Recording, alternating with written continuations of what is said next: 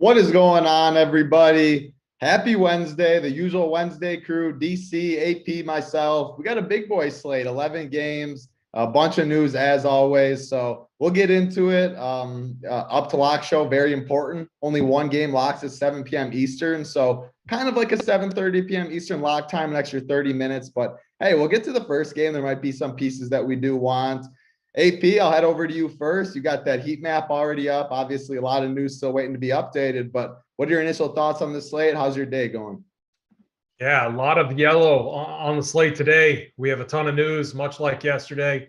We like that though. We're gonna, the more news that we have, the better we're gonna help, people adjust. And I think the greater the edge that we had. But I really like this slate. I think there's a lot of good plays that start in these early games, and I'm gonna be probably making some nice stands. So I'm looking forward to breaking it down with you guys. Yep, absolutely. DC, head over to you. First of all, I actually got to ask you, I've been waiting for these 150 push-ups on Twitter from you. Did I miss it? Have you done it yet? I mean, I can't let you live that down because when JSU said you committed 150 if you went out, I got a little excited. I'm not going to lie to you when I saw you cut out because I like seeing people do push-ups. 150, that's a good amount of them. So talk to the people when we should expect that. And I hope your internet's all good for the show. Yeah, I think it is 150 push-ups. I'll have to carve out, 2 minutes out of my day to get those on Twitter for everybody. So it shouldn't be a problem. We'll get those going at some point. And like AP said, pretty great 11-game slate. We got to enjoy it, right? We got two more. So hey, DC, real quick, are these going to be legit push-ups? Like, are you actually going all the way down and then up, or of course, are they going to be? I mean, you're only cheating yourself in this case. If you're into maybe a push-up bet, maybe you're cheating the people betting against you. But we don't need to go there. Go there today. These will be legit push-ups. We'll knock them out during the NBA All-Star break. People are going to be bored. People are going to be sitting at home, nothing to do, and maybe I can entertain people for a few minutes. Yeah, absolutely. We won't go down that road for sure, but I do want to see a little DC push-ups. When you went out on the show, I went down and I did 35, and I'm like, man, I could not imagine doing a lot more than 35 push-ups. Well, I can't do 150 in one go. No. Yeah, I'm not expecting that, but still, if you crank them out in a short amount of period of time, I mean, it gets pretty tough. So we're looking forward to that. How are your runs been going, DC, though? You talked about it. You were excited to get back in your routine. It's always nice being your routine. Still grinding out the 10 miles a day and carrying forward. Yeah, did a little half marathon yesterday. That's 13.1 for you non-runners out there. So that was good. Rest day today, which for me is an hour on the Peloton and some strength work. And then, back to it tomorrow. So things are good. Yeah, absolutely. We got a lot of people in chat. Bart saying, more importantly, title, are you prepared for the rematch with Big T? I am prepared. Dave, welcome back. I appreciate it. Yes, I did get a fresh cut, Colin. It's very short. This is pretty much what I do. Title. Hold on, real quick. I like with DC's trajectory. Like, I think by next year, like he's going to be climbing Mount Everest, right? Like, if you go back a year to now where he's at now, like, just randomly woke up, did a half marathon. That's 13 miles. Like, Jesus, man. Are you training for like a little Mount Everest climb, or what's going on, DC? I am signed up for a marathon in June back in Minnesota. So that'll be my first marathon ever. Looking forward to that. Planning to climb most of the 14ers here in Colorado this summer. So got some big plans coming up. Yeah, I mean, the AP, this man's been grinding for quite some time, and I just skip over the fact of how long he ran. It's just like another day for DC. So props to it. I got one last thing, and this is more for title, but so like all weekend, like, following Big T on Snapchat, and he's got, he had a ceremony, he a state champion, hero of his city. I think they gave him the key to his city. I mean, this guy like has statues built for him. You got a little basketball one-on-one match coming up against him. I mean, a little rematch. He's getting in shape now. I mean, are you nervous? Like, what's going on with that? Definitely not nervous. But I do follow Big T on Snapchat too. So I gave him some props. I mean, what a cool weekend when you come back and you're that guy at your hometown. I mean, state champions. I saw he posted, I don't know if it's Instagram story, Snapchat, but little picture of the newspaper back in the day. And it was talking about Niehaus drops. I don't know how many points he had, but he couldn't miss from beyond the arc. And Big T can shoot. you guys watched the game on Periscope when Uncle T was doing it. We were warming up for a while, and Big T didn't miss a lot of shots. I mean, obviously in one-on-one, you need more than just shooting. You need some cardio and stuff. And I told him, I talked to him on Saturday when he was on the podcast with the Denver guys and stuff. I said, Big T, you look a little skinnier than I thought you did before. You're looking pretty good. Are you getting back in the weight room? Should I be a little concerned? It'll be a lot of fun. So I'm excited. No, I am not nervous. I've obviously been in the gym playing too. So it'll be a lot of fun. I think it'll be easier than last time. We're doing it earlier in the week. We're not doing it when we're both on benders and stuff like that. But yes, it'll be Uncle T's Periscope on his Twitter. He will record it. He does a very good job commentating it. That'll come up in March. So DC, you're smiling over there. I liked what you said yesterday, where backing off a little bit, Big T train, just you want the invite. So I respect what you said. I like that. But yeah, I'm just trying to, grease Big T a little bit, get the invite to the party, and then maybe hedge out with a little title bet. So again, we're gonna hope Big T's not watching at the moment. So that's not the way to get to Big T. You got to talk shit. You got to bet against him. Oh. Then he's going to invite you, and he's going to be more motivated to win. Like that's how Big T works. So you gotta start talking shit. If I start betting on title, and then I'd be nervous because March is coming up. So if I don't secure the invite soon, I'll use your tactic, AP, and switch to title. I'll be honest. The invite will probably come 3 or 4 days before the event, and it'll be fend for yourself, and that's kind of how it'll go. Yeah, that works. Well, unfortunately, DC, your tactic is now out to the world because Big T is in chat. Oh, no, that's not good. He says, I'm nervous that title now has an actual haircut. And I'm not even going to lie. The reason I did cut my hair is because I do want to see when I am playing basketball. I've been playing, I got to put a headband in and all this stuff. And it is a little annoying. So I was like, I'm going to cut my hair so I can't see against Big T because, yeah, I mean, $10,000, I got to be prepared a little bit to actually see and stuff. So Big T, you were part of the reason I did cut my hair. So I'll give you something. So a title, like I haven't played since we played. Oh, really? I got to get to the local YMCA because, I got to probably play poo again. And after, we might have to go first to 3 points, like anything more than 3 points. And me and him are going to be tired. I remember that ankle injury you suffered, AP. You were limping around. It got pretty swollen, right? Yeah. My ankle. Yeah, it's always. I got to bring real shoes this time if I can make it. Pooh AP, Rubio Mangone. There's been a lot of talk about the Mangone Rubio, so I'm excited for that game for sure. And then Hoop yesterday on the show, Hoop said he still wants Big T. He feels confident that he can get him. So I keep saying I want to see that matchup. We'll see how it goes. I know Big T wants it, so Hoop, it's all up to you. I hope you're watching. I hope we do see that too. So we got our boy Uptown in chat too. We're about to get to members never win. Uptown though won 6,200 yesterday. He's always in YouTube. And now in Discord too. Shout out to Uptown for the $6,200 win yesterday. We've had a lot of good members never win segments. JSU, our boy, 152,000 in NBA. I think that was Saturday night. He went Friday night and Saturday night pretty much. And JSU did lock up that live final seat. Yesterday, he was playing one-on-one, head-to-head for the qualifier, and he did end up winning the seat. I think a lot of it had to do with Giannis's big 50 burger that he put up. But JSU, congrats to you. I think that's 3 seats JSU now has. I mean, man, JSU absolutely killing it. Up to lock shows pretty much every day. Shout out to you. Russell D07, 10,000 in EPL. Russell's been crushing pretty much every sport. So congrats to you, Russell. Sick with it, 5,700. Not exactly sure if I pronounced that right. In NBA, congrats to you. Offensive username, 11,000 in NFL. D Freshness, 44,000 in NBA, and he's the one that gave out the membership too. Congrats to you, D Freshness. That was very good mojo from you. We appreciate that. Whoever got the membership appreciates that for sure. Hunter R won 58,000 in MMA. Took down the 555, took third in the big contest. Congrats to you, Hunter. That's awesome stuff. And then just a Joe to you, $161,000 in NFL. He was a part of the split over the Super Bowl. So big time stuff, $161,000. Awesome stuff, just a Joe. And we've had a lot of screenshots. Not everyone made it on here. If you want to see it, members never win segment in Discord, then you can get a chance to get on this. But congrats to all the winners.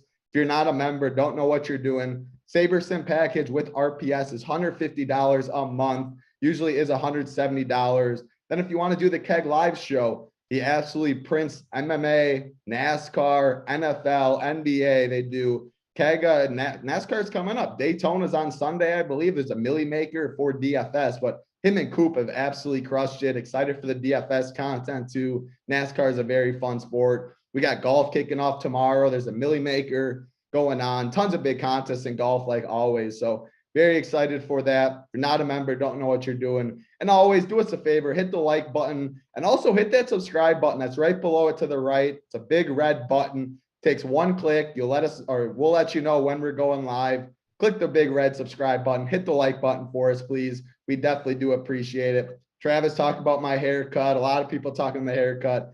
Yeah, a lot of hair came off for sure. I don't love haircuts. I get them about twice a year, but it was one of those days that I did get them. It was my first time at a place because usually you have your place. Back in Wisconsin, I got my place, and I hate mixing up where I go to get haircuts. It's very scary. Someone taking clippers to your hair is not a good feeling, in my opinion. I hate haircuts, but he did a fine job. It is what it is. I can just wear a hat. I can cover it up. So hair's gone. Ready for Big T next month. Ready for some winners today, though. We got 11 games, like I said. Let's dive right into it. The first game of the night, Atlanta Hawks, Orlando Magic. The only game that locks at 7 p.m. Eastern, too. So if you want to fade this game completely, if you're busy up until 7 p.m. Eastern, then yeah, you can fade this game. There's 10 other games to pick from. But the Hawks, the Orlando Magic, 227 total. Atlanta is favored by 5.5. You go to the injury report on the Atlanta side. Bogdanovich is questionable. John Collins is out. Go to the Orlando side. Mo Wagner, RJ Hampton are out as well. AP, I'll send this over to you. Trae Young's been playing very good basketball. This is a second night of a back-to-back. I think he makes a lot of sense at 9-4, though. He's shown a lot of upside. What else are you seeing in this game that you like? Yeah, I mean, I'm going to go right back to Trae Young tonight. Was on him last night. The guy's just phenomenal. Picks up a little bit extra usage with Collins out, but honestly, it's just the Trae Young show, and they're building this rotation around him right now. And then, yeah, we got Cole Anthony downgraded to questionable. So if he gets ruled out, we could run it back with Jalen Suggs. Like, you could go to Franz Wagner. Like, I don't mind attacking this Hawks team with some wings. Wendell Carter's been playing good. I think this is going to be a nice game to get a couple pieces from. My favorite, though, definitely Trae Young. Man, you know, Gallinari, like, man, this is like a guy that I'm looking at him. He played 33 minutes yesterday, put up a bunch of shots. He was hitting some of the dirtiest shots ever. Like, I feel like if I go to him, I'm just going to be tilted. So I'll probably be off of him. But we do got to keep an eye on the Bogdanovich news that would obviously open things up for DeAndre Hunter, Kevin Huerter. But for me, keeping it simple as of now with the news that we have, it's Trae Young. And then if Cole Anthony gets ruled out, you know, I might look at Jalen Suggs or look at, you know, maybe one of the forwards here. But the one problem is we have so many good guards on the slate. So I'm really kind of questioning how many pieces do I want to lock up, and do I really want to run it back with some Orlando Magic pieces? Usually they end up hurting my feelings. So to be determined, but I'm definitely sold on Trae Young again tonight.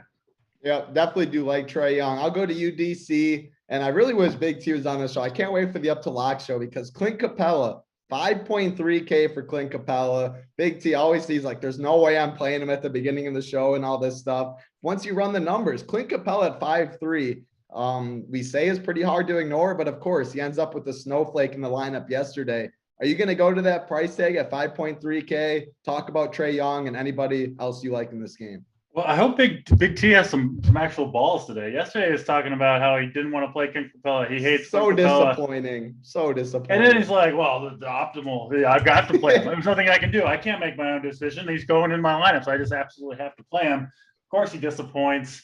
So we'll see. We'll see if Big T can man up. And take a guess. Is he going to be on him or is he going to be off him? Take a guess today, because I don't know. He'll probably pull the thing where he waffles like 7 times during the Up to Lock show again.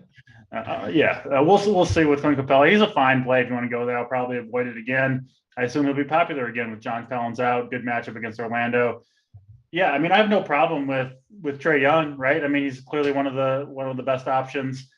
It's just 11 game slate. We're 2 games before the All-Star break, 2 days before the All-Star break.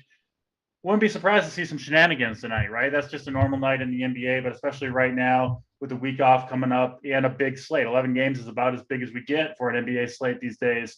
So a little hesitant to lock in players, on an island game a half an hour before any of the other 10 games start. That's really the only problem with Trae Young. And then, yeah, if Cole Anthony sits, I think Jalen Suggs, who's been kind of taking over that lead playmaker role a little bit anyway. If you look at the last game, like potential assists, it was Jalen Suggs 13, Cole Anthony 7. I mean, back a month or two ago, it would have been Cole Anthony 18 and Suggs 6 or something like that. So Suggs has been kind of taking over that role anyway. And if Cole Anthony does sit, I think you'll see Suggs have the ball a ton, frankly. Good matchup against Atlanta at home. So I would have interest in playing Jalen Suggs there if Cole Anthony sits. If Anthony plays, probably no Orlando for me. If you want to play Trae Young, if you want to play Clint Capella, no problem with that. I'm just a little bit hesitant or cautious, whatever you want to say, about locking in players early on such a big slate where, there's a bunch of news we're still waiting on. So you'll have to make that decision on your own. But yeah, no issue at all, especially with Trae Young in this game. I'm glad you brought up Cole Anthony. He was a downgrade probably about an hour ago. Yeah. I forgot to even mention that. So AP, I'll go to you. A midday downgrade for Cole Anthony. Would you have interest in Jalen Suggs or anybody else if he is ruled out? Or are you kind of with DC where you just don't want to lock too many pieces in this game? The Magic aren't the best team to target and you just don't care about that news. Come on, man, Gone. I talked about that. Then, yeah, no, I like. Hey, 100%. I take I'm the just blame. joking. No, you deserve to say that. I totally missed that. I'm just messing with our guy, man, Gone. No, yeah, I like midday downgrades always. They always catch your eye. So if he's out, big upgrade to Suggs. My one thing is there's a lot of good guards. Buddy Hield, Seth Curry, a bunch of options. So. But the Suggs has been playing really well, and he's been, producing in limited time. And this is a Hawks team that's just not as good defensively, especially with Collins out. So yeah, I would have a ton of interest in Jalen Suggs. I'm disappointed in myself. I definitely deserve that comment. Mango knows it too, but man, I'm disappointed in myself.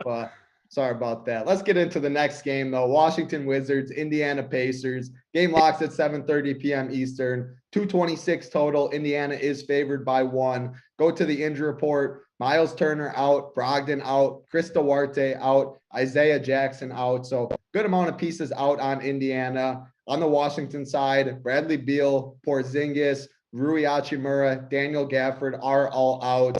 DC, I'll go back to you. Yesterday, Buddy Hield, this man could not miss from deep, absolutely chucking it. My boy Tyrese Halliburton, always enjoy playing him. Very, very fun player. The Pacers team's playing fun. I like this new roster that they got. They're running pretty good tempo, decent spread or close spread, decent total. What are you seeing in this game? Yeah, I talked about Hield and Halliburton in particular yesterday, just with the guys that they're missing. And clearly Indiana traded for these dudes, and man, they're letting both of them play. Halliburton and Hield, they've got the chemistry from their Kings days, obviously. I Hield in both my cores yesterday. Went off. I expect more of the same from Hield. His price didn't really change. 6.2 on DraftKings, 6.0 on FanDuel. I like pairing him with Halliburton. I mentioned the same thing against Milwaukee, where you kind of need him to, not so much today, but yesterday you kind of needed them to play well together, right? So they would get those minutes because obviously a blowout risk.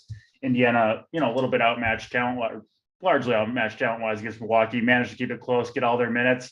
I think you'll see the same thing today. I think if Indiana, I assume they're favored in this game, or it's close anyway against the Wizards. I think if this game stays close or Indiana wins, you're gonna see Halliburton and Hield out there for another 40+ minutes doing all the work. You look at some of the advanced metrics. Halliburton has the ball in his hands as much as anybody right now, and you're getting the minutes. He's a good scorer. He can fill up the stat sheet. 8,400 on DraftKings. Why not? You can even play him at shooting guard, keeping open one of your point guard spots, your point guard spot if you want to. And then Hield. I mean, he's gonna launch clearly. I think he was frustrated in Sacramento, rightfully so. I don't really think he should have been benched. He should have been in the starting lineup, making up for it now, launching what 12, 15 3-pointers per game. I mean, and then you look at the matchup, right, against the Wizards, who like they don't really have any good defenders at this point. I mean, they've got what Raul Neto and Ish Smith are their 2 point guards. I mean, those are just horrific defenders. Halliburton should do his thing here.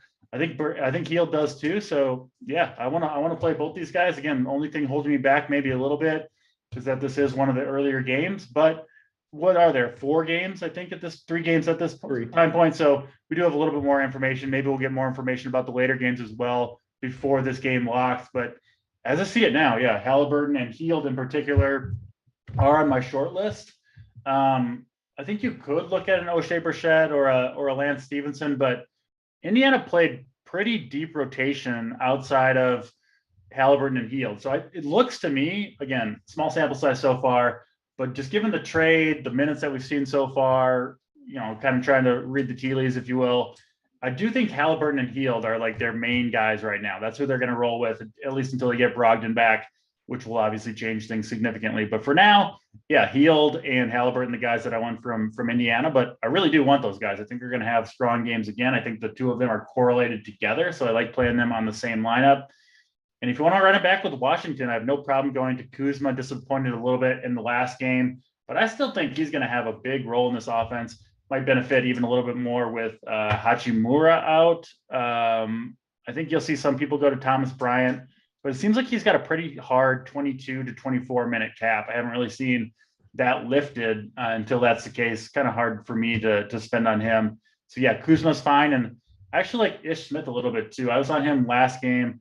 I think he's going to have a significant role on this Wizards team. Already does. I mean, you're going to get him out there for 18 to 20 minutes, got the ball constantly. I think he's a good bet for 20 plus fantasy points at 4,100. And like I said, last time they played, I think there's going to be games where Ish Smith kind of takes over from Raul Neto and you see him out there for 30 plus minutes. And that's going to happen when he's going off anyway. So I do think there's a little bit of upside there. If you're looking to get off the grid, you'll probably get Ish Smith 2-3% owned in a great matchup. And I think he's got a little bit of upside. So yeah, I like this game quite a bit. Yeah, I do too. 11 game slate, ownership is going to be pretty spread out. I think this game, and I totally agree with you, like Buddy and Tyrese Halliburton, they don't eat into each other. Tyrese is such a high basketball IQ. He looks for everybody. He knows where Buddy is. Buddy cuts. He gets it to him. You get those 5-point plays, right? Halliburton to Buddy for 3.5 for Buddy, 1.5 for Halliburton. I mean, those are tasty for sure. So I like it. Yeah, exactly. So I like this game. There's a couple run backs you can. Kuzma makes a lot of sense. Ish Smith will be 1% owned probably. Yep. I like it for sure. AP, go to you. Do you also like this game? If so, what do you like on both sides? Yeah, no, I agree with everything DC said. And actually, I took a dive into the analytics as well, looking at the potential assists. I believe your boy Halliburton leads the slate over the last couple games that he's played with Indiana, 24.5 potential assists per game. This dude is generating. Yeah, what? I think he's first in potential assists. I think he's like second in passes made, first in passes received, third in drives. Like any kind of analytic that you'd want to know. I mean, it's saying what you would know anyway watching the game. He's got the ball constantly. He's going to be the man. Pick and roll up top, such a willing passer, all of that. Yep. Yeah, I mean, he's generating assists basically every 8th pass. He's generating assists, which is kind of a wild number. I had to dive in deep because I called him cheeks, and I'm just talking about a shot. He's got a funky shot. It looks gross, but he's shooting 42% from it. It looks gross. I know. It looks gross. Can't judge a book by its cover. I got you. He's a guy that one thing is what we want to do when we're playing a guy like that. We want to pair him with a teammate, which is what both of you guys said. Buddy Hield. I also like in tournaments, Terry Taylor off the bench. He got a ton of extra run. He was just in there jiving. He's been a guy that's put up big numbers too. So I think this is going to be a good game to target. And I think the run back is Kyle Kuzma. I think people are going to have a sour taste in their mouth. I think they just don't have a lot of guys. Like, honestly, like I'm looking at I think Ish Smith needs to get more run. He's another guy that just is able to create offense better than anyone else on the team. But he's splitting minutes with Neto right now. But the guys I'm interested in is Kyle Kuzma as a run back, maybe KCP, because who else? They're going to need scoring here. And he's a guy that can shoot. Thomas Bryant, it's just like, man, I do think there's a hard 24 maybe minute cap on him. So it's just tough. You need him. I'm not saying he's not a play. I'm saying you need him to be highly efficient in his 24 minutes. So love this game though. I think it's a really interesting one to attack. Halliburton healed with Kuzma is an interesting way. You're gonna have to make some tough fades because Kyle Kuzma's price is way up there, but I definitely like this game. Yep, I totally agree with you. Kuzma's also my favorite too. And yeah, the price is up there, but I mean, we've seen the massive upside for him too. So 100% agree with what you said. Game locks at 7:30 p.m. Eastern. We are waiting on some news. Might get some news before this game locks. We'll see, but it's a tasty game nonetheless, I think. And probably ownership, 11 games spread out. I don't think this game gets too crazy of ownership. Before we get in the next game, do us a favor, hit the like button for us, please. Hit the subscribe button for us, please. Big slate, 11 games, going to get you to the top of the leaderboard. Just takes a second, hitting the like, hit the subscribe button. We appreciate it. Next game, Detroit Pistons, Boston Celtics, 213 total. Big spread. Boston is favored by 12.5. On the Boston side, Robert Williams and Marcus Smart are doubtful. On the Detroit side, Frank Jackson is out. DC, I'll go to you. Grant Williams, K. Alex boy, 3.2K. Jason Tatum is a spend up, 9.6K. This Detroit team, I don't really have interest in. Don't love this Boston side either, but what are you seeing? Yeah, I mean, Boston playing out of their minds right now. Just beat what they beat the Sixers by 48, but Something. Was it their like 6 or 7 straight win? They do appear to be a team that is kind of trying to, or has finally figured it out. Now you get, Robert Williams out of the equation, you get Marcus Smart out of the equation. And I understand, the total's not the highest and the spread is large, but I mean, where the production's coming from here. Don't be afraid by, maybe you can be a little bit afraid by yesterday's minutes because it was a blowout. The same thing could happen, but where the production is going to come from on this team. I mean, I think Derek White going to be a good play, 5,800 on DraftKings, filling in for Marcus Smart in the starting lineup. But man, I expect big games from White, Jaylen Brown, Jason Tatum, Al Horford. I think could have a big game here. Got in foul trouble and then missed his rotation in the blowout yesterday. But he could get, if this game stays relatively close, he could get into the mid 30s in minutes. So I don't want to play all the Boston guys, right? Because if White, Jaylen Brown, Tatum, Horford, if all these guys are pouring in points, this game's going to get out of hand early. So you don't want all the guys on the same team. But I do think you kind of want a little bit of a piece of Boston. At least I do. I think Derek White probably my favorite because he's a little bit cheaper. But Jaylen Brown on FanDuel in particular, 7,800. I think he's a good play. Boston's going to play well. They're going to put up a lot of fantasy production, I think, against Detroit. And I think these guys will get big minutes if it stays close at all. So I'm in on Boston. My only problem is I'm just not sure which ones to play necessarily on each individual team. I'll kind of let, depending on the roster construction of an individual lineup, kind of dictate where I go with the Boston guys. But I do want pieces of this team. I expect them to play well. And I think it's going to be one of those games, you tune into this game in the first 7 or 8 minutes. It wouldn't be shocking at all. White, Brown, Tatum, Horford, right? They all have like 12 fantasy points with a flame emoji next to them. That's kind of how I expect the game to go for Boston. So that's a team I want to, invest in at least a little bit. No, I totally hear. Boston's playing really, really good basketball. It's a team really the East, the West, the playoffs are going to be a lot of fun this year. Obviously, Suns, Warriors, you say Bucks, Nets, but man, there's some other teams that can definitely make a push. Tatum, Jaylen Brown, very, very fun. And did either of you guys see Joel Embiid a couple days ago with Harden? There was videos of Harden trying to teach him like double step back and stuff. Then he tried to pull it off in the game yesterday. Did either of you guys see that? It was a travel. He got blocked. It was the grossest thing I've ever seen. But I just had to bring that up. He's a little more practice. Yeah, he needs it. That was literally the least athletic thing. Obviously, from one of the best players in the game, one of the least athletic moves I've seen. But that made me laugh. If he develops that double step back somehow, then yeah, he's unguardable. But AP, I'll go to you. Any interest in Detroit or Boston? Yeah, I mean, Boston, they're kind of thin. Like, sure, there's some risk because Tatum, Brown take away from each other, but both are priced in a reasonable way. Tatum 9'6", and he's a guy that's put up some monster numbers over the last couple games, 63 and 59. The 59 was done in under 30 minutes. Really impressive how Boston's playing 11 and 1 over the last 12 games. Just no one's talking about him either, so I think that they have that extra chip on their shoulder. Derek White obviously was smart out, a very strong play. I think a guy that could go a little underlooked, and definitely a tournament play, MME type of guy. Peyton Pritchard off the bench. I do think he's going to be kind of in that 6-man, running the backup minutes, and he would benefit from a blowout, which we saw last night too. But obviously there's some risk with him, and it's 11-game slate, and we're going to have other options. I'm just saying, if you're running 150, he'd be a guy that I would look at. But for me, it's really I'm going to have Tatum in my pool. I don't know if I'm going to get to him, but I'm going to have Brown there, and I'm going to give him what I think is a fair projection. And if they land in a build, I would be fine. And then Derek White is the guy that out of all of these guys, I have the most interest in, because really his price, and then roll with Smart out of the game. And I'm not playing any Pistons.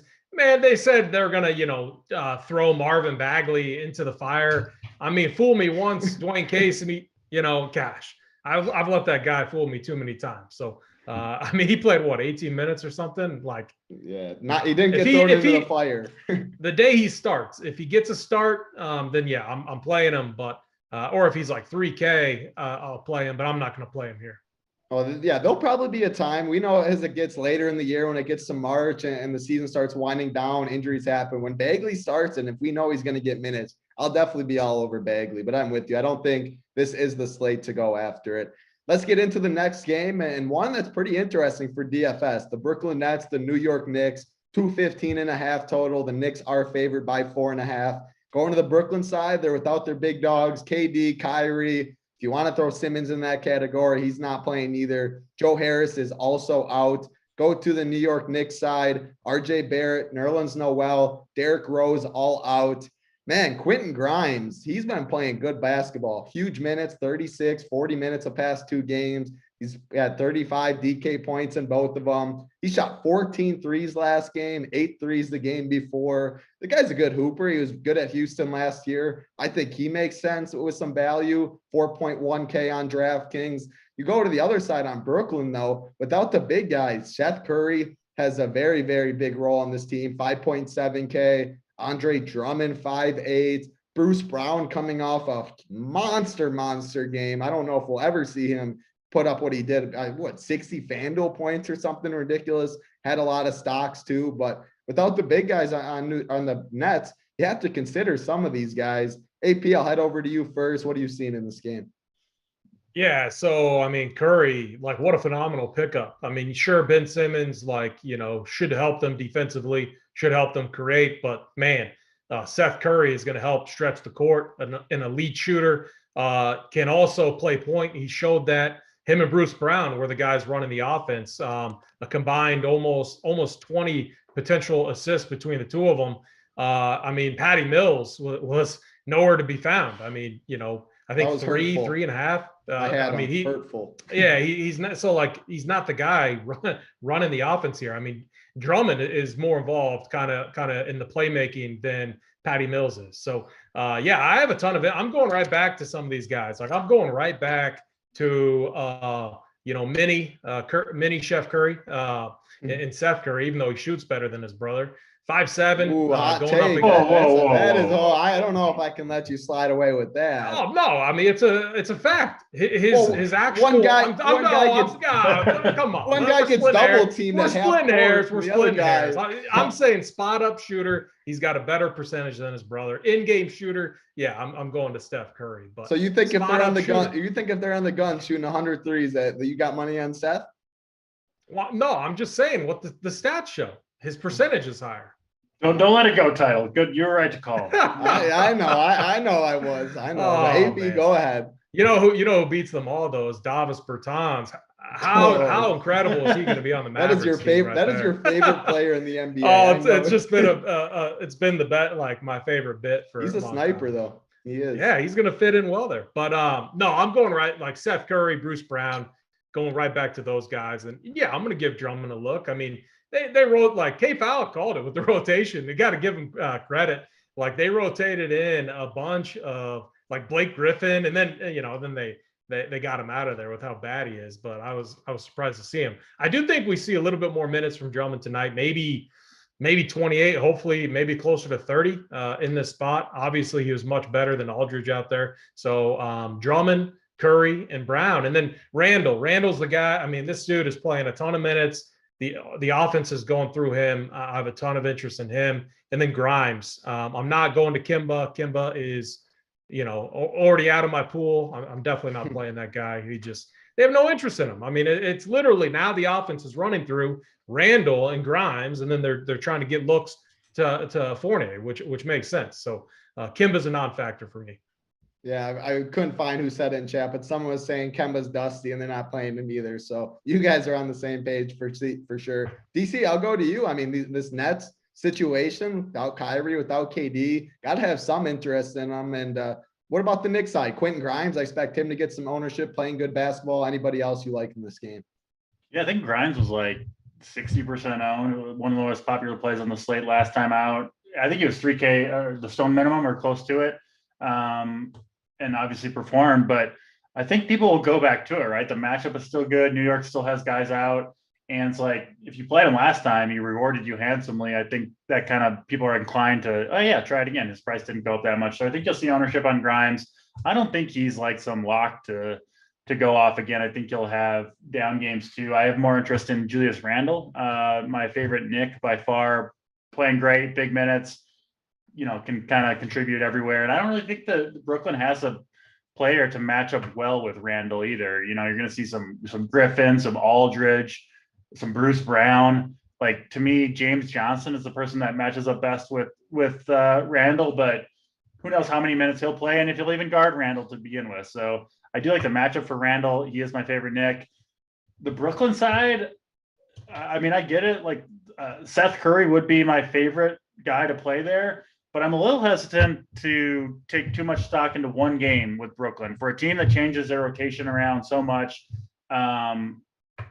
would you be that surprised if Patty Mills kind of took over the lead ball handler role in this game instead of Seth Curry? Like, I thought it was kind of up for debate before the first game, right? And I'm not really willing to say, okay, now it's going to be all Seth Curry. Like, to me, they're very kind of similar players. So that makes me a little nervous. I'm not going to play Mills or anything, but I don't know. Seth Curry, I think he's a solid play, but maybe people might buy a little bit too much into the one game sample size there. So I don't anticipate going to that many Brooklyn guys. I mean, Bruce Brown, I'm not going to play him. I wouldn't be surprised to see him get 12 fantasy points and play, 16 minutes tonight or something like that. So won't be for me. I understand the plays, but Brooklyn, they do make me a little bit nervous. Listen, they have enough guys. I know they're shorthanded from missing their big players, their good players, but they still have more than enough guys to kind of rotate in and out. And we've seen them do that all year long with everyone not named Harden, Durant, and KD, obviously. So yeah, they make me a little bit nervous on an 11-game slate. Makes sense. A couple of people in chat have mentioned the name Mitchell Robinson. Obviously, the name's mentioned because you look yesterday or last game, 51 DK points. Last week, he had 58 DK points. I mean, the game log is just all over the place. He's going to be 1%, 5.9K. I mean, the ceiling's there. He can win you a slate for sure. And if you guys go in there an 11-game slate, though, I mean, he can end your night very early, but he also could break a slate, as we've seen. Any interest for either of you two, Mitchell Robinson? I don't think I'll end up there, but I mean, 250 burgers in his last 4 games. You got Nerlens Noel out again, and Brooklyn playing pretty big now. They've got Drummond, Claxton, Aldridge all playing center. So makes sense. He certainly got a better than, 1 or 2% chance, which he'll be owned to break the slate. So I have no problem with it. If you're MMEing, yeah, get, 4, 5, 6% of Mitchell Robinson and you'll be over the field. But in terms of, I'm playing 3 lineups, probably not going to get there. Yep. It is like he is either winning you a tournament or losing you all your money. I mean, it's either or, nothing in between with him. I'm not. I know really which one sure it'll what be I'm if I gonna play do. him. So I'm Same here. So DC's definitely not putting him in my core. We don't need people tilting early. DC's not playing him. So hey, if DC is right about he's going to do the opposite, maybe you guys have your answer on the Mitch Rob game. It's always fun to play, but I mean it's not always fun to play. I like Ross. I like watching him and stuff. The rebounds, he just cleans all the boards, so athletic, but the foul trouble, and you just don't know where the minutes is going. 40 minutes one game, 20 something the next. Like, yeah, it's a boomer bust GPP play, but he's going to be 1%. So whoever asked about, a couple people asked about him, there's your answer for that. We'll never say he's not a tournament player. That is for sure. Before we get into the next game, 443 watching, 160 likes. Hit the like button for us, please. Not going to set a number just yet. Do us a favor, though. Hit that like and hit that big red subscribe button in the bottom right. That'll notify you when we go live. Next game on the slate, the Toronto Raptors, the Minnesota Timberwolves. This is the first game that starts at 8 p.m. Eastern. So we had, 3 games at 7:30, 1 at 7. Now we have 4 games at 8 p.m. Eastern. Toronto Raptors, Timberwolves, 227 total. The Raptors are favored by 2. We have big news on this game. Anthony Edwards is questionable. Fred VanVleet is questionable. Edwards left 7 seconds before halftime yesterday. I thought he was saying that it was his toe. They're saying it's an ankle injury, so I'm not exactly sure. But DC, I'll go to you. I'm not sure if you watched that game. I'm not sure if you have a lean that he's going to play or not. I mean, he just got injured yesterday. He couldn't return. I'm leaning more so he doesn't than he does. But again, this is just me guessing. No reason to back that up at all. What are your thoughts, or if you have a lean on that? And if he's out, Jaden McDaniels yesterday, I mean, that was a man amongst boys. I think he'd make for a lot of sense. Russ, Towns, talk about the Raptors side, talk about Minnesota. Yeah, I do expect Edwards to sit. It's been a few games now. He's been talking about like knee tendonitis, sore knees. He hasn't been playing well. Gets removed yesterday. Doesn't play the second half. They come back and win. And now we got the All-Star break coming up, and this is our last game before the break. Certainly would make sense, right? To just give him the night off, let him rest up for over a week, and then kind of regroup for the home stretch of the season after the All-Star break. So that would be that's kind of my assumption that Edwards will sit, and if he does, I think you can look at D'Angelo Russell. I think in particular looks good. You mentioned McDaniels. I think is a good play. In Toronto, missing Fred VanVleet, so that is a big blow to their defense. One of their better defenders. He gets replaced by people who don't, they're not nearly the defender Fred VanVleet is.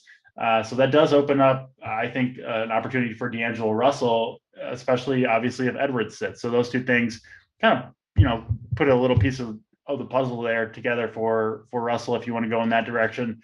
Towns coming off a huge game. I have no problem with him either. I mean, he's going to have a good matchup too. It's either Siakam at the 5, who's obviously very undersized against Towns, or guys like, Precious and Boucher. Like those guys aren't really a mini match for Towns down there either. So I do like him quite a bit. I do like him more if I'm right about Edwards and he sits.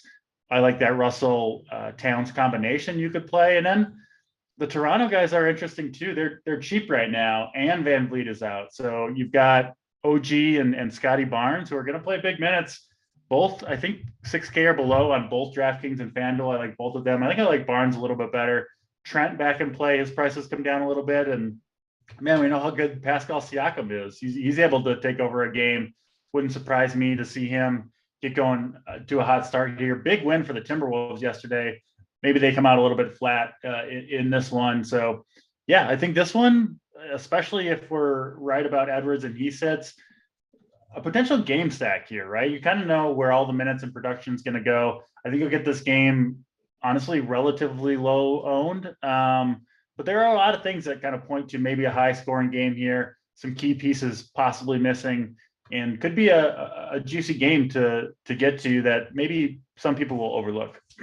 Yep, definitely think you made a lot of good points there. Uptown was asking who started for Anthony Edwards after half. It was Jaden McDaniels, and man, he absolutely smashed. So I think very good fantasy point per minute producer. Guy's very athletic, and they would need him to play. I mean, Scotty Barnes, OG, Siakam, Precious. if Van Vliet's out. Like the Toronto Raptors are pretty big. They have skilled, decent sized wing players. So I think, I expect McDaniels to start. Someone said maybe he wouldn't be surprised if Beasley starts. I think it would be McDaniels if Edwards is out. AP, I'll go to you. We talk about Toronto. We know where the minutes are going for them. If Anthony Edwards is out, we'll have a very good idea where the minutes are going, the usage is going. What are your thoughts on this game? Yeah, this is an important piece of news. We've already seen Fred VanVleet kind of in the spot where he's questionable, then he did get ruled out. So if you work under that assumption, Gary Trent is like a stone cold lock. The last time Fred VanVleet was out, I believe Trent, it wasn't that against Houston. Is that the 60 piece or whatever? Yeah, this is another spot against I love playing Pat Bev, maybe. The Wolves are still playing fast, and it's it's going to be a fine spot. Pat Bev's one of those guys. I say he's a fraud.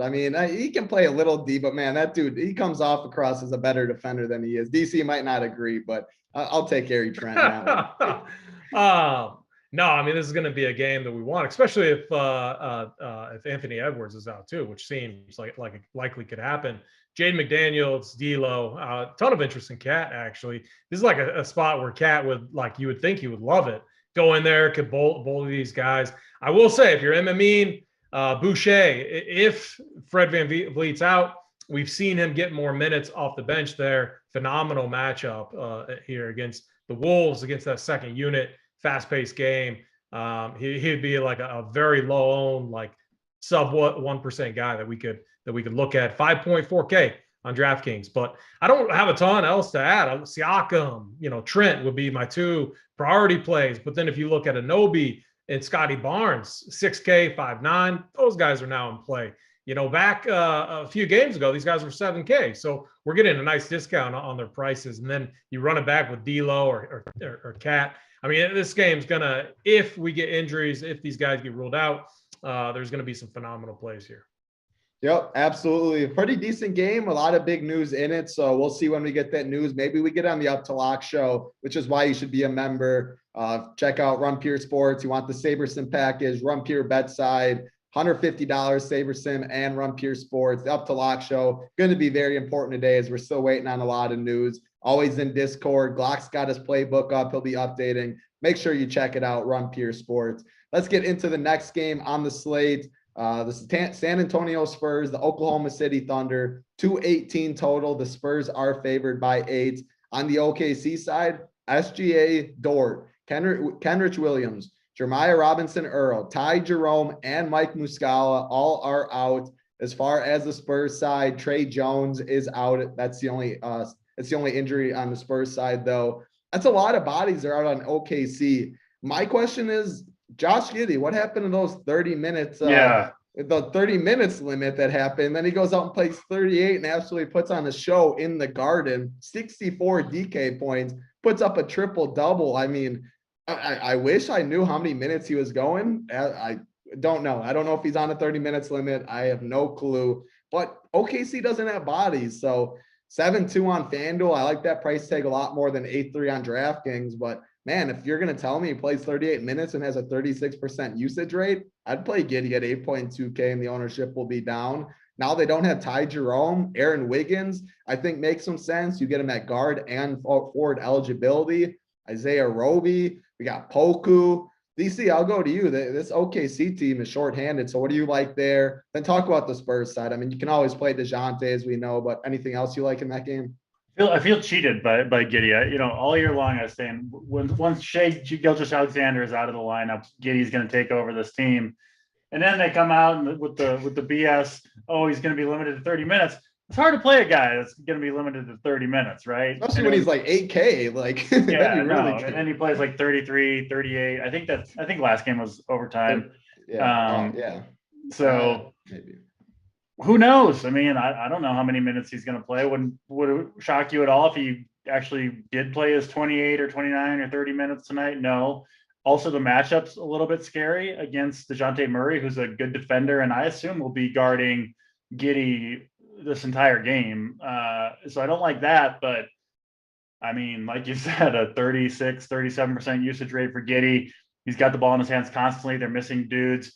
the upside is there, right? If he gets going again, he can put up a monster game again if he gets the minutes. But I think enough question marks there, along with the increased price tag up to 8,300 on DraftKings, that I'll probably won't end up there.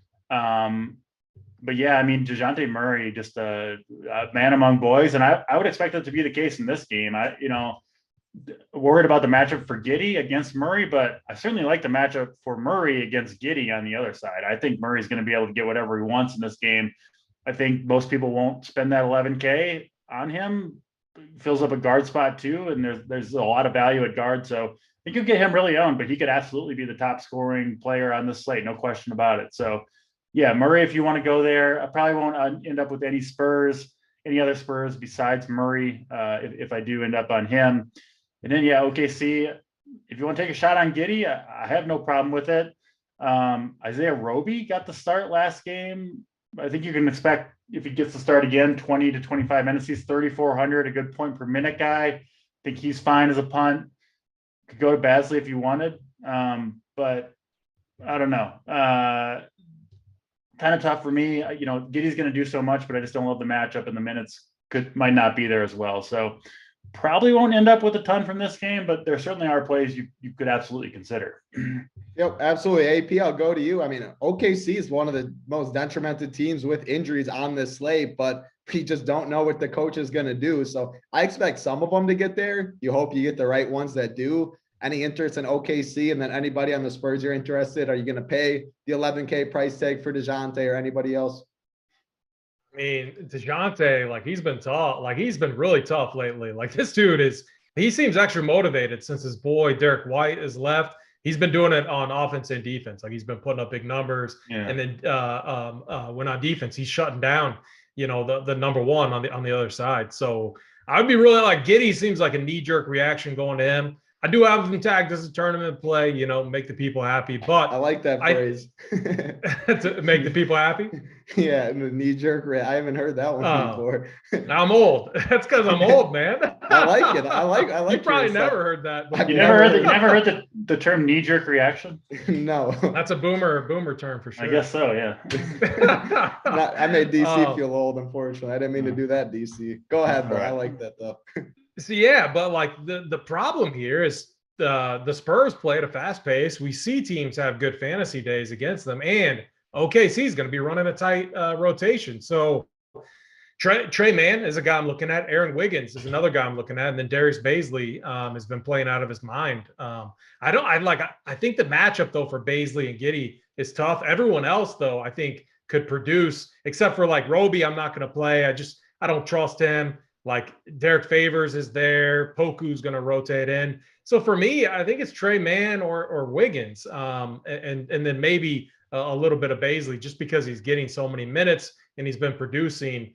And then on the other side, yeah, DeJounte Murray. I mean, he put up like a 67 piece in 30 minutes in this matchup last time. I do think if you're multi-entering, have Devin Vassell in your pool. That's a guy that's going to have a phenomenal matchup. No attention's going to be on him. Struggled with the shot against Chicago. I think it's a nice bounce back spot where no one's going to own him. Tournament play for sure. I love it. I knew right when I said that people in chat, I would get going. I knew Holden would be the first one to all caps and stuff. Hey, maybe how have you not heard? Everyone's saying that. There's also, I probably, maybe people my age have heard that. What I hear, I guess, the bubble, I just don't hear as many. What is Title 5? Yeah, no, all these. The title. Are these shows the only time you ever hang out with someone 30 plus years old? Yeah, the answer is yes, though. The answer, yeah. And yeah, so none of my friends, I've never heard that. But are you like, before you sign on, you're like, man, I got to go hang out with these boomers for an hour? No, I enjoy hearing stuff like that. That was not the first time, and that's not the last time something like that was when people are going to be like, how have you? Well, yeah, it's not the last time. I'll promise you that. I'm not going to pretend I heard that, and I like that. So y'all can definitely get on me in chat for that one. But yeah, interesting game, OKC and the Spurs. We got what, 5 games left? 1, 2, 3, 4, 5 games left. 450 watching, 190 likes. 250, I think, is a good number for that. 250 likes, plays of the day. Nothing too much. 11 game slate. Hit the subscribe button while you're at it too. Next game on the slate, Sacramento Kings, Chicago Bulls. 232 total. The Bulls are favored by 6. On the Bulls side, Levine Lonzo, Caruso, Javonte Green. No, Caruso, Lonzo, Levine are out. Javonte Green is probable. Going to the Sacramento side, Terrence Davis out. Davion Mitchell and Jeremy Lamb are questionable. AP, I'll go back to you. What are you seeing in this game? Yeah, I mean, De'Aaron Fox. So like when I was looking at this Kings team, like I'm like, man, De'Aaron Fox and Domantas Sabonis should have a nice pick and roll game going, but we haven't seen it. We've seen a lot of like individual play. We've seen, De'Aaron Fox just try to get, to the rim and just do what he's accustomed to doing. It could be the case here against a slow-footed Vucevic there in the paint. Could be a nice matchup. He struggled a ton against Brooklyn in his last game. And then, the rotation too. Like Sabonis played 25 minutes last game. Do we trust Gentry here? I mean, I don't. I don't know if you guys do. With the Kings, I do not trust. God, After that, Gentry, what are you talking about, Tyler? You always trust Gentry. You love playing De'Aaron Fox. Gentry's like, can we like move on? Like this guy's just like. Why you guys still playing? What you want? Fox 33 fantasy points at 88. No, when he was about to play the day, he had a 50-piece DC. Come on now. The reason why you can make the argument to look at these guys, I'm not saying play any of them, look at them, and I do have one I like. So I do have one I like, but it's because the Bulls aren't playing defense right now. Their best defenders is AO right now. Outside of him, like none of these other dudes defend. He's good though. Yeah, he's really good. Problems. He is not someone I love picking on. And like we'll give DeRozan a break because he's doing everything on offense, But I mean, Vucevic isn't the defender that he once was. Kobe White, not a good defender. They need Caruso back. They need Lonzo Ball back. But the guy I like here, which no one's going to play now because there's so many better values. So let me say that first. There's so many better values than this guy.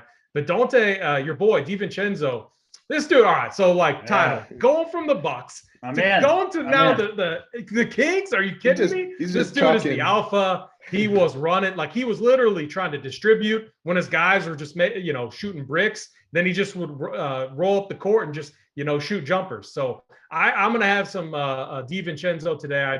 I liked him running that second unit, and he was aggressive. And I don't think they have anyone else really that's good. That's too good. I mean, Sabonis obviously good, but it's just, are you going to pay almost $9K for a guy that who knows what his rotation is going to be? He should get 38 minutes here, but he's played 33 and 25 under Gentry. So for me, it's DiVincenzo, and I want to like play Fox in a tournament, but I just don't know if I'm going to get there. Yeah. No. DC will never say play Fox, but that's an AP. The Dante call, like he's not popping in projections at all. DC, go. All right, so hold on. Let me pull this up. So don't try to convince me on Fox. It's not going to work. No. I'm not talking about Fox. I'm talking DC's about on Dante too. I think it's a really good that's stuff. You watching the game realizes where people don't watch. No one's going to play Dante DiVincenzo if you didn't watch. But you've been talking about in Discord all day. You pulled up the stats. So if you want to, AP, or you want to tell the people what you saw with the stats, or it was in Discord? DC probably looked at it too. I mean, he knows what's up. Yeah. So, I mean, he 35 DK points. He was chucking. And the thing about Dante but too. Title, don't you think this guy's like, he's like, God, these guys fucking suck. You also got to be. That's the impression I got. So I'm going to play that dude. You also got to be a little relieved. I don't know, because like he's won his whole life. He went from Nova the Bucks, all this, but now the man can just chuck, and like he doesn't have to be worried about someone coming in for him, a deep backcourt. And the thing about him too is he's a really good rebounder for the guard position, so he has that rebounding upside, a little floor with him. He's 3.5K or 3.9K. No one's gonna play him. So AP, that's you watching the game, digging into stuff like that. I think is very interesting. And DC is going to be on it too. Before DC, though, yes, Rick, that's what I was trying to think of when I didn't know the term slump buster. That's what I was trying to think of. It's not the last time it's going to be something like that, though, but I do like that. DC, go to you. Talk about Dante DiVincenzo, why you like him too, and what else you like in this game. Yeah, 3,900 on DraftKings. He's playing like the backup point guard to Fox right now. I've always liked DiVincenzo. I thought he had a lot of promise with the Bucks. But that injury hurt him a little bit, but I'm with you, man. He was good, really good. Yeah, before that. Really good athlete. And I mean, he seems healthy right now, right? 2 good games in a row. I really like him if Davion Mitchell ends up sitting. That's going to open up opportunities for DiVincenzo. I think you can play him either way, but I do give him a pretty significant bump if Mitchell ends up sitting. So if you're on DiVincenzo, you don't need to swap off Mitchell plays, but I certainly like it better if that's the case. Obviously, I'm not playing Fox or really anybody else from the Kings other than DiVincenzo. And then, yeah, from the Bulls, to me, Io and Kobe White priced up a little bit too high, both in the 6K range. You know, it's DeMar DeRozan that kind of just takes on even more of the offense with Zach LaVine out. But he's priced up too, right? 10.4K for him. You're certainly paying the full fright. But, I mean, DeRozan going to do his thing in this game against the Kings, right? The Kings aren't going to slow him down. DeRozan seems like a very, very safe bet for 45 plus fantasy points with upside for more, triple-double type upside, I think, in this matchup, in this role. So I do like DeRozan a little bit. And yeah, I'm riding with AP on DiVincenzo, expecting a big game from him tonight. I like it. Yeah, you probably like. There's not other people that are going to be recommending Dante, because if you just look at projections and stuff, you're not going to see this new role that he's on. So people are going to be behind on stuff like that. A 1%, if you're making 150 lineups, 20 lineups, even 3 lineups. If you're making 3 lineups and you have one Dante DiVincenzo, you're way over the field. So I think that's maybe he'll take De'Aaron Fox's spot before too long. Yeah, Fox will be coming off the bench. I figured when you said he's backing up Dante, I was waiting for you to say, well, he should be starting over Fox. A couple more games. He's probably the best player on the Kings right now, anyway. Yeah, I knew DC was going down that line. But hey, let's get into the next game so we don't have to hear all of that. 250 is the like number. Hit the like button for us, please. Portland Trailblazers, Memphis Grizzlies, 230.5 total. Memphis is favored by 11.5. On the Portland side, Lillard, Ingles, Bledsoe, Dennis Smith Jr., Little, all are out. On the Memphis side, Ja Morant's questionable, one of the biggest news on the slate. Saw him questionable yesterday. They said true game time decision. He was ruled out. Tyus Jones did start at the point guard. Expect the same thing today. Xavier Tillman out. Dylan Brooks out. On the Memphis side, yeah, I mean, we need to know this Ja Morant news. If he's out, Bane becomes a good play again. Tyus Jones, Jaren Jackson showed his ceiling, or not his ceiling, but he showed a 40-point game. He can definitely do that at 7-1. As far as Portland side, Anthony Simons is 7.9K, which might feel like a lot. But, man, this guy is a hooper, and he plays a lot of minutes, and he shoots the ball a lot. So the price is warranted, I think. DC, I'll go to you. Talk about this game. Yeah, I think from the Portland side, if you want to play side, I mean, guard is loaded today, right? It's kind of hard to narrow it down. We've talked about a number of guys already. We're not even all the way through the slate. But certainly Simons has the upside with all those dudes out. Good matchup, especially if Ja Morant ends up sitting. I think Simons can kind of do his thing.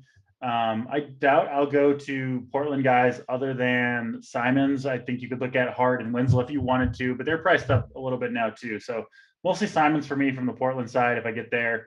And then Memphis, obviously it all depends on Ja Morant. We saw, Tyus Jones, kind of a ceiling game for him, but he's going to produce if Ja Morant is out, especially in this matchup up against Simons and a Portland team that really doesn't have very good guards. It's Simons and McLemore. It's like, yeah, I think Tyus Jones should do well. And Memphis, they're a really good team, right? At least in terms of record. Like they're trying to win. So Tyus Jones, if he does indeed fill in for Ja Morant again, 3,100 DraftKings, 3,800 FanDuel.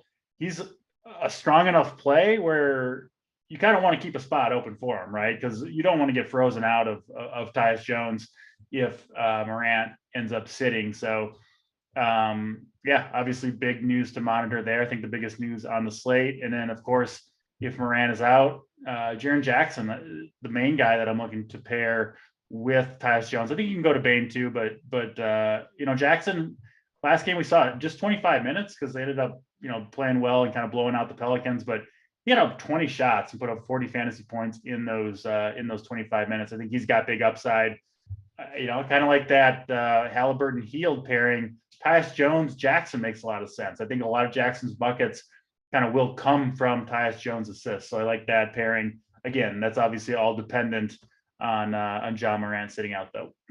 Yep, makes sense for sure. AP, I'll go to you. Portland and Memphis, what do you like in this game? Yeah, I mean, this is why, looking at the slate, I mean, there's some spots here where You need to come in with a plan. Like if Morant sits out, which I mean, there's a decent chance. Like you think he could. I mean, give him some extra rest too. They don't need him to win this game. I mean, the Grizzlies have been phenomenal, but maybe it was a situation where they're resting him on the first half. Who knows until we have that news. But if he gets ruled out, man, Jaren Jackson, Tyus Jones, obviously Tyus Jones would become the lock value play on the slate. And if you jam in the early games, that's the risk, missing a guy like him. The other thing too is Jaren Jackson, he's going to be a matchup problem for them. Like you got Josh Hart playing the 4 or Winslow. Yeah. Like I don't know. Like who are they going to have? And they're going to play. Like Steven Adams is playing good. Like Steven Adams is going to be out there. K-Fleek Burner was just talking about him. I'm glad you brought him up. 3 straight games of 40 plus. K-Fleek Burner said about Adams. Well, no, I don't. So you were saying because they have to Nurkic has to guard tougher matchup. Yeah, slow foot versus slow foot. I do think it's a tougher spot for Adams, but I just see them feeding Jaren Jackson because he's going to have free looks all night. I mean, if anything, the matchup against the Pelicans with our boy Big Herb in there was a tougher matchup than this one against Portland. So if Morant is out, I think Jackson could be one of the best tournament plays on the slate.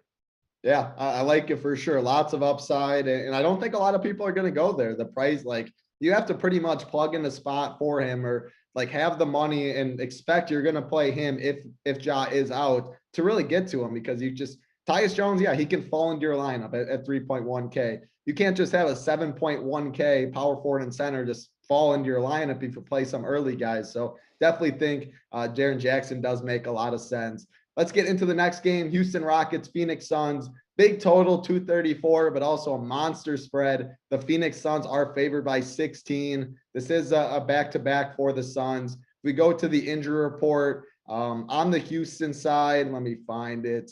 They got Christian Wood questionable, Kevin Porter Jr. questionable, Dennis Schroeder questionable. So a lot of interesting news on this Houston side. If all of them are out, value would open up. Maybe a Sengun would most likely start. Jalen Green, stuff like that. Christopher is what Wes Matthews, or not Wes Matthews. Who am I thinking of? Garrison Matthews. Thank you. On the Phoenix side, though, Shamet out, Campaign out, Frank the Tank out, Dario Saric out. 4 guys that don't mean much at all. AP, I'll go to you. Second end of a back-to-back for the Phoenix Suns.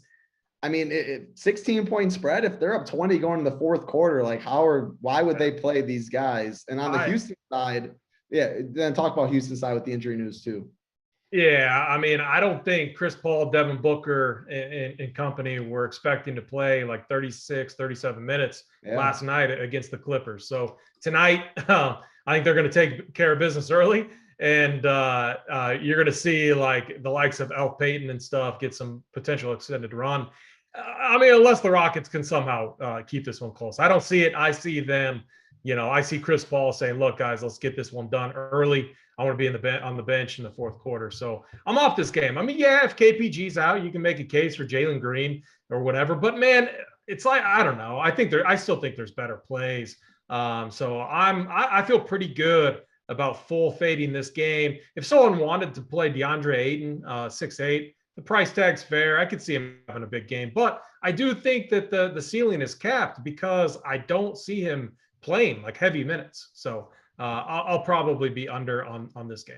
Yep, definitely makes some sense. DC, I'll go to you. It's a big total, but man, it's a big spread. Are you just going to avoid it? Or are you not going to wait for this Rockets news? What's your plan?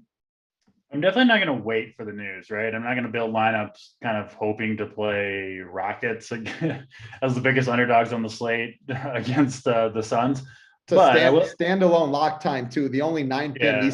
Eastern time, so it's in a really weird zone. That being said, if Wood and especially Kevin Porter Jr. are out, Jalen Green's going to have to, or at least get the chance to be kind of the primary guy. He's 4,800. He's matched up against Chris Paul. There are definitely things to look at and say this could really go south in a hurry. But I do think at that point he's got easy 40+ fantasy point upside if Kevin Porter Jr. is out. So he would be a guy that, if maybe you play a couple early guys, it's not going well, things aren't looking great. Maybe you swap to a Jalen Green. If Porter sits, you get him a little bit lower owned because it's a later game and you get the upside, right? So he would be a guy that I would look toward in that scenario. Kind of the same thing with Sengun. I wouldn't play him. Actually, I should say Jalen Green, I would need Schroeder and Kevin Porter out to really look to Jalen Green. But in that case, I would like him. And in Sengun, if Christian Wood sits and he starts, yeah, there's certainly upside there. I wouldn't mind playing them together if everything breaks right for the Rockets news. But again, I'm not going to wait on that news and kind of build my lineups around that. And no Suns for me. I do expect them to control this game. I think they would like to rest their guys, especially CP3, and they likely will have the opportunity to do so tonight. So no Suns for me. Makes sense for sure. We need 19 likes to get to 250. And yeah, if we don't get to 250, I will pull it. I'm not sure how long these next two games will take either. We'll so we'll get there. Oh yeah, I'm confident that we'll get there for sure. Just want to remind them, 2 games left. Don't want to just pull the, show's over, you didn't get it, and we're out of here kind of thing. So hit the like and subscribe. Utah Jazz, Los Angeles Lakers, 226 total. Utah is favored by 4.5. Carmelo's out. Avery Bradley's out. LeBron is questionable. Yeah, he's questionable. This games, there's only 2 games at 10 p.m. Eastern. I always just assume LeBron is going to play. It's last game before the All-Star break, I believe. I don't think they play tomorrow. I might be wrong on that though, but LeBron's questionable. On the Utah side, Rudy Gay is the only one out. AP, I'll go back to you. What are you seeing in this game? If LeBron doesn't, if he sits tonight, he's going to get trolled so hard. There's going to be videos of him at the Super Bowl, dancing, getting his thing going, and to 50 Cent in the halftime show there. So no, he looked like he was having a good time. I bet who knows with him, but we all probably assume he plays, but yeah. Who knows? I'll make it, nice and easy. It's for me, it's Lakers full fade. Donovan Mitchell, though, he's the one guy in this kind of late, the late 2 games here that I have interest in. So Donovan Mitchell, nothing else for me. I like it. DC, what are you seeing in this game? Nothing more to add. I'm with AP. Nothing more to add. Denver Nuggets, Golden State Warriors, 225.5 total. Golden State is favored by 5. Going to the Golden State side, Draymond out, Andre Iguodala out. Going to the Denver side, they got Monte Morris probable, Zeke Naji is questionable, so not too big of news in this one. DC, I'll go to you. Can always play Jokic. Anybody besides Jokic, though? What are you seeing in this game? Yeah, you got it. You want to play Jokic in this game? Go ahead. Probably will do his thing as he always does. 12.4K. You basically need him to be a top 2 or 3 scorer on the slate at worst, but you would expect him to do it basically in any matchup, including this one, even though it's relatively tough against Golden State. So no problem at all with Jokic if he fits your build. And frankly, most of the better plays and value do come at the guard positions on this slate. So maybe you have the salary to spend up at center. No problem with that. Golden State side, I don't really see going there myself. The Denver guards with Morris back are basically all out of play. Barton Morris himself, Highland and Campazzo. I wouldn't play any of those guys. Yeah, I don't really see playing much from this game other than Jokic if he ends up fitting the build. I'm with you, AP. What are your thoughts on this one? If this game beats me, it beats me. I'm not going to have anyone from this game.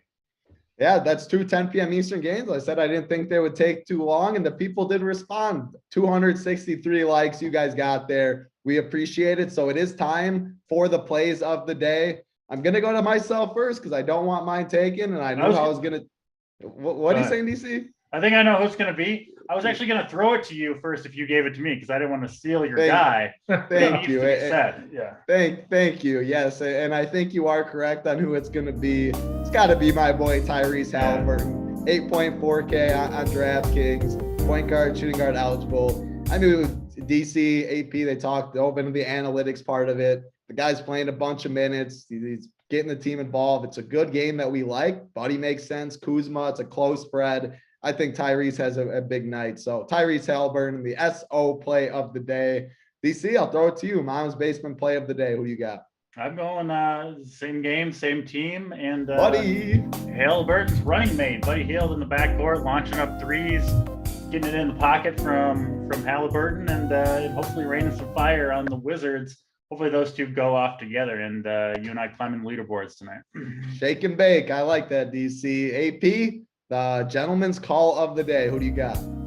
I'm going with another one of titles, boys. So this is going to be a little off the wall. There's going to be better value that come about, but I like him. I think he's going to be sub 1% owned. I think he's going to be very, very low owned, but that's Dante DiVincenzo. So I think he's going to come off the bench. He's going to run the show like he did last game, but I think he's going to hit some shots, make some big threes. It's going to lead to more minutes and maybe keep things a little bit closer against the Bulls tonight.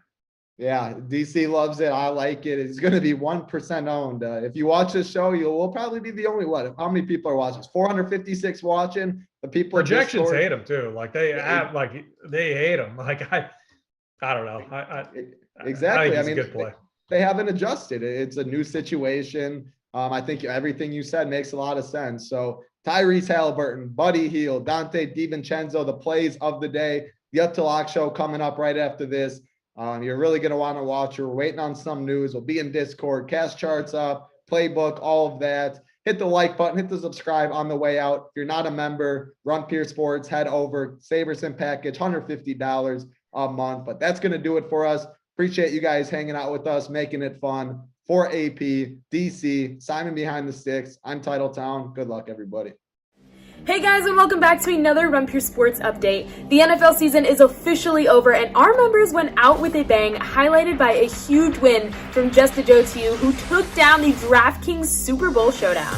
Just a Joe won over $160K with his monster hit, capping off a great season for our members. If you're not ready to see the NFL season go away just yet, don't worry, because Best Ball has started up earlier than ever this year. Snyder and Simon will have you covered with shows featuring their early takes on the 2022 NFL season.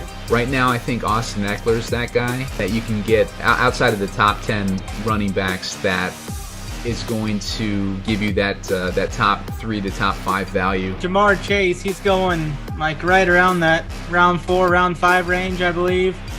I think he's absolutely the best raw talent I've seen come out of college since Julio Jones. I look for Chase to have even a better year than Jefferson had last year. You can sign up for an Underdog account right now using the promo code RUNPURE.